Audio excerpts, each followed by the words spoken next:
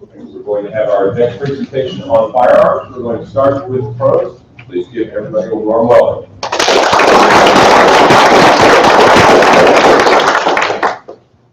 Hello, my name is Ethan Lavelle. And I'm Preston Buck. And our topic is firearms. Firearms were first used in 1337. 43 years later, the people invented a portable version that they called handgun. However, it wasn't until 1641 that firearms became popular. This was the year that they were first distributed for military use. Since then, firearms have come into personal use, which has sparked much controversy. Although this controversy is not needed, as it provides us with many benefits, such as providing self-defense, lowering the crime rate, and enhancing hunting. 1.6 million people have been internally displaced because of the civil war that broke out in South Sudan since December 2013.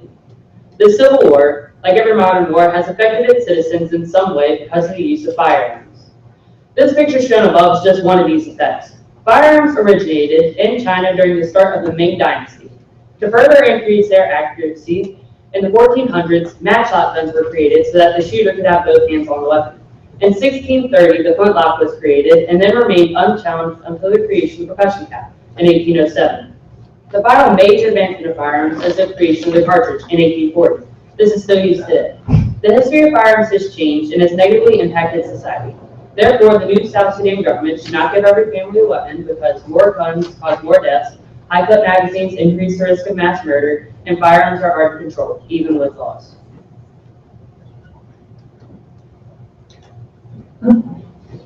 Firearms help protect us when the government cannot or will not, which is why the Second Amendment was created, saying, a well-regulated militia being necessary to the security of a free state, the right of the people to keep and bear arms shall not be infringed. Approximately 192 million firearms are in private ownership, about a third of which are handguns, which means that without these firearms, about 2/3 of the country would be left defenseless. One incident in which having firearms would have been very helpful was a movie theater shooting in Colorado. A man named James Holmes shot into the audience, killing 12 people and injuring 70 others. It was later discovered that he chose this movie theater out of 5 others in the area because it was the only one that was a gun-proof film. 31,513 people died in 2010 in the U.S. alone from firearms. This was made up with about 19,000 suicides, 11,000 homicides, 600 accidents, and 600 unclassified deaths. The CDC says that firearms are the 12th highest cause of death and kill more people than liver disease, Parkinson's disease, hypertension, fires, drowning, and machinery accidents. David Hemingway, PhD, who's a professor at Harvard, stated, we have analyzed the availability of firearms to death rates in 26 developed countries and found that the more available firearms are, the higher the death rates are. This shows that firearms can damage a society, and if South Sudan is to give every family a firearm, more people can die than already have died from the Civil War. Overall, the crime rate in the United States has been dropping for the past 20 years, and as we can see in the graph above, the number of new guns has been rising.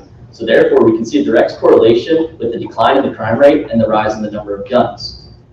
This is called more guns, less crime. Also, in a study conducted by the University of Massachusetts, it found that 74% of incarcerated felons actively avoided breaking into a house or a car or any place that they knew contained a firearm. This is because with a firearm, there's always the possibility of death being a penalty, and when the penalties are higher, the crime is less likely to be committed. Firearms would be detrimental to South Sudan because of the use of high-clip magazines. In a study done by the Mother Jones Foundation, stated that high-clip magazines were used in over 50% of the mass shootings from 1982 to 2012.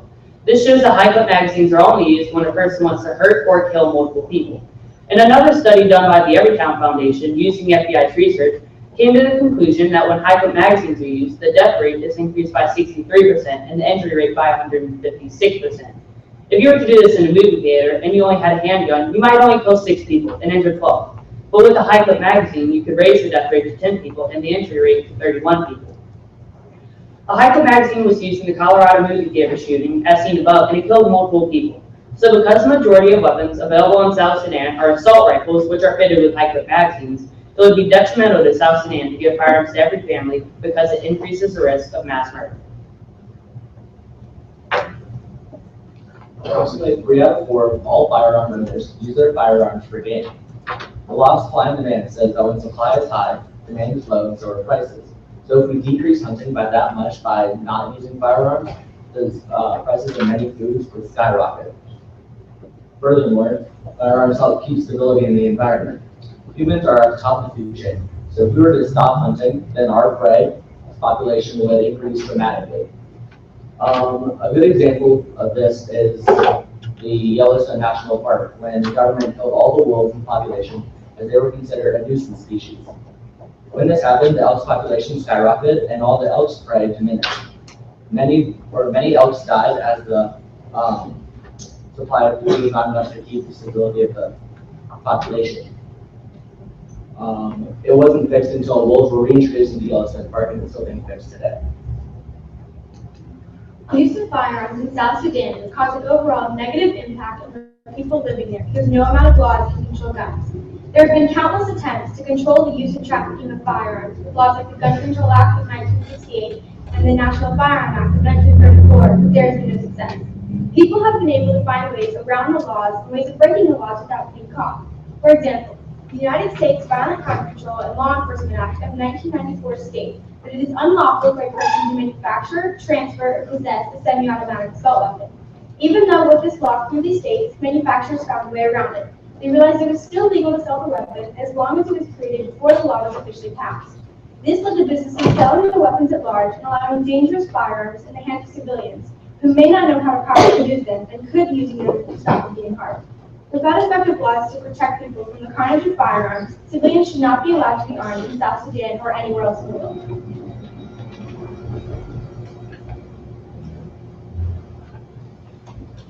Firearms are beneficial because they provide self-defense, they prevent crime, and they increase crime. In order for society to be safer, firearms are necessary, even if they may not always be needed. The country of South Sudan had just broken away from the oppressive government and are wondering if they should require at least one firearm in every household.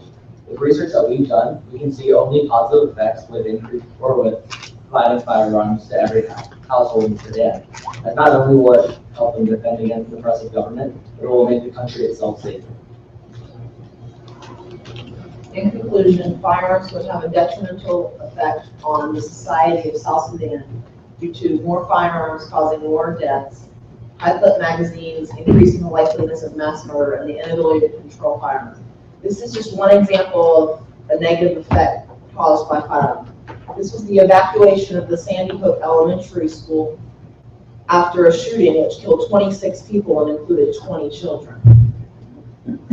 If South Sudan is to give every family a firearm, our society will be damaged beyond what it already has been from the Civil War.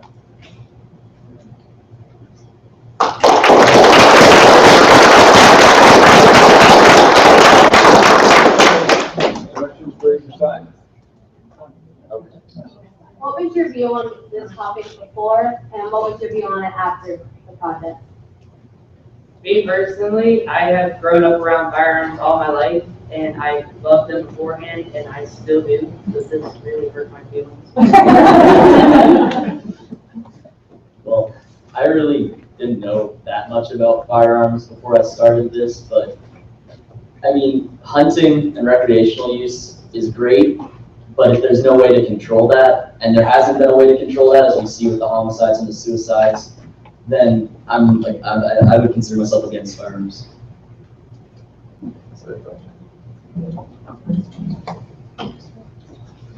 Nice job, Jeff.